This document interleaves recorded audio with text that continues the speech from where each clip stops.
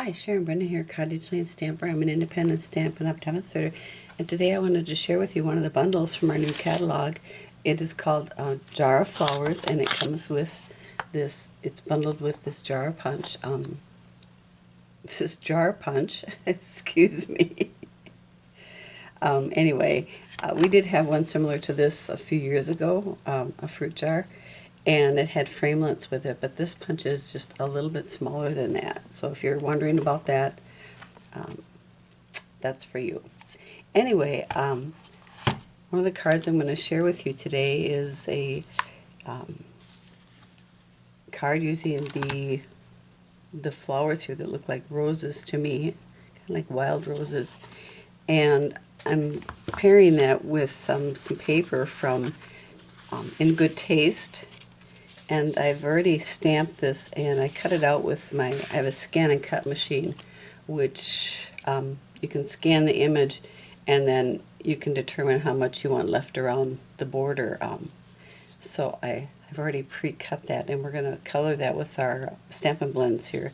So we're going to start out with a piece of Whisper White cardstock that's 8.5 by 4 1/4, and I'm sorry, 8.5 by 5 1/2. Scored at 4 1/4, and we're going to just burnish that edge right now so the card lays a little bit flatter. There we go. And then I'm also using a piece of Balmy Blue that is 5 1/4 by 4, and let me see if I got my new our new adhesive that came out this year. It's called Stampin' Seal. It replaces this snail. And it's a little bit larger, but it also holds about 3 yards more, so which is good. So it does have a protective, it's not that hard, it's just my hands are really bad. There we go. Protective edge, and you don't need to press down very hard on it. And so that's going to be attached to the front here. Score that up. Sometimes I find it easier if I match up this corner and this corner with the same space around the edge, and then I know the other two. It's going to be centered perfectly. Then I've got a piece of that tile. This kind of reminds me of, it's actually a picture of a tile, and they've created a DSP with it. There's several different tiles in that pack if you want to take a look at it in the catalog, and I'll put the page number down here to help you. Or you can go to the website, and the StampinUp.com website, and in the search bar just type in Good Taste, or Taste even, and it'll come up with the paper, and you can look at all the different patterns that it has. So we're going to attach that to the front of our card, and this is 3 3/4 by 4. I'm just going to center that like that. And then we have another piece, and this is another one of the tiles that's on there. I love these tiles. It was hard to choose which ones to use. So, and the other side has got like a speckled, like a countertop background. That's what I'm envisioning as. So this jar of flowers is sitting on top of a countertop, and so we're just going to attach that. Oop. See if I can get it going here. There we go. And we're going to line this up, and it's going to overlap just a little bit, and I did that on purpose. So about 1/8 of an inch maybe. So there's our card base. Now we're going to stamp the, I need to bring my mat in here, and I need to get a clean piece of paper for that. Paper piercing mat, when you're stamping with your photopolymer stamps, you're going to want to, I just use scrap paper from my copier. You're going to, when you're using your photopolymer stamps, you're going to want to use your paper piercing mat underneath, because it has a little bit more of a cushion and it'll give you a better image. So we're going to take a piece of scrap paper here, and we're going to stamp this, and I'm going to actually do it, I think, in gray granite, which is one of the colors that's in the DSP set. So, and another thing with these, I want to point out too, with this stamp set, you'll see there's some grayed images here. Those stamps are reversible, and we'll be using this one in a minute here. So one side of the stamp has the raised image on it, and the other side of the stamp is smooth. So we're using the raised image one here, and I'm going to line this up down on the towards the bottom so it'll be easier to punch. There. And get rid of that one. And then we're going to take the reverse side, the solid side, and that is smooth on the top. And I'm going to use Balmy Blue, and we are going to stamp the water, and hopefully, with any luck, I will be able to line this up pretty good right inside the jar. There. So, the jar is half full with water, half empty, I guess, on your perspective. And then we're going to take the stems, and you can kind of see this is, one end has got like a flat side on it, so that'll be the top. And we're just going to stamp it right here so the tops are just coming out just a smidge. Actually, I'm gonna go down towards the bottom because I am going to put this on top because this will be popped up a little bit. So we're going to use some Pear Pizzazz, and I like Pear Pizzazz. You can use Old Olive too, or whatever green you choose, and we're going to just stamp that right on top. Now this stamp set, or this suite, it comes with some shaker domes too. I don't have those right now, so anyway, we've got that stamped, and we're going to take this, our jar punch, and put it in here, line it up, and as you can see, it's going to leave a little bit of space all the way around, which I think is more aesthetically pleasing to the eye. So, and we're going to actually save that scrap for our sentiment. So, got our jar here, and now we're going to color our little flowers. So I've got a bunch of Stampin' Blends here, and I'm going to color this in, and I'm using Flirty Flamingo and Old Olive, Balmy Blue, and Highland Heather. So I'm going to color this in, and I'll be back with you in a minute.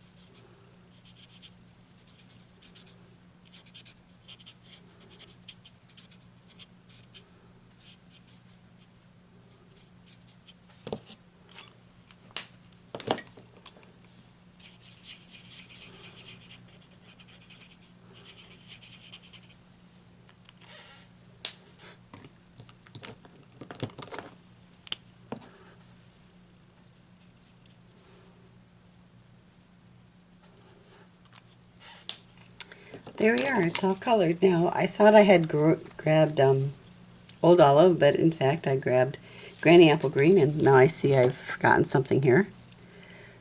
One image here. I'm just going to color those in quick.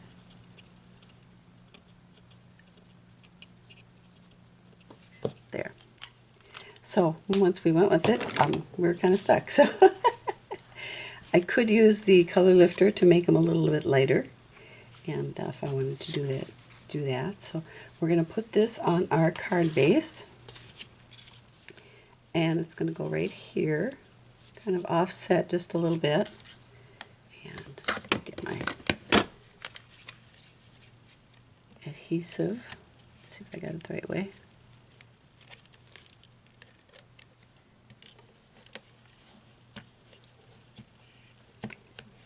Oops, I keep getting this there.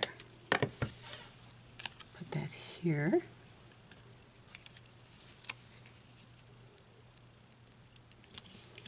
And then we're going to take some dimensionals, and you can see I tried stamping it on the other side earlier, and my scan and cut wasn't recognizing it, so I re-stamped it with my Stamparatus, so I can get a more defined image. Sometimes my scan and cut won't recognize it if the ink is too light, so with the Stamparatus I can stamp it a couple times. So, and we always try not to waste anything, so if you make a mistake on one side, just flip it over and use the other side. So that's going to go there. And then I have some, let's see,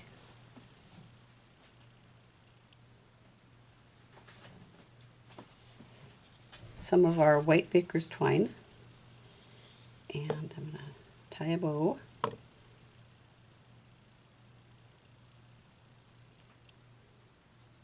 You could use our linen thread would be good for this too, to give it a more organic look. If I can get the bow tied here.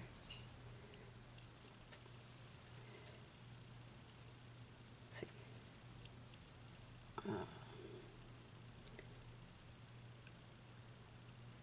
Find the right ends. Pull that one out a little bit. Come here, guy.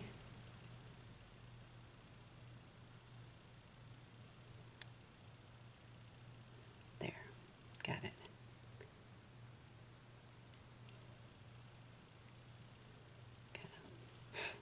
Get my scissors out here. Cut them off.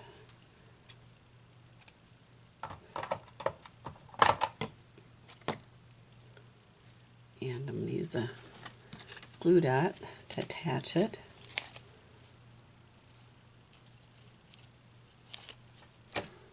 Put him right there. And then, hopefully I left enough space here, I'm going to take the Happy Birthday stamp from the Peaceful Moments set. I love that set because it's got such great sentiments in it. So, and we're going to stamp that in, I think we'll do it in black. There. And I'm going to use my 1.5 inch circle punch. I think this will fit. Punch that out. And then I have a scrap of balmy blue, and I'm going to cut out punch out a circle with the 1 3/4 inch punch. So if I can get this in here, just trying to use a scrap up. So let's see if I can get it and lined up.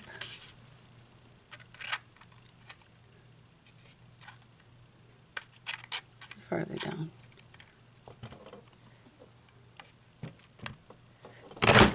Oh boy, that fit just perfectly. I didn't have much to spare there at all, did I? And we're going to center that on there. I'm just going to use our adhesive. I don't know why I can't. I must be doing something wrong. So it takes me a while to get used to things. There, and we're just gonna put that down here on the bottom with some more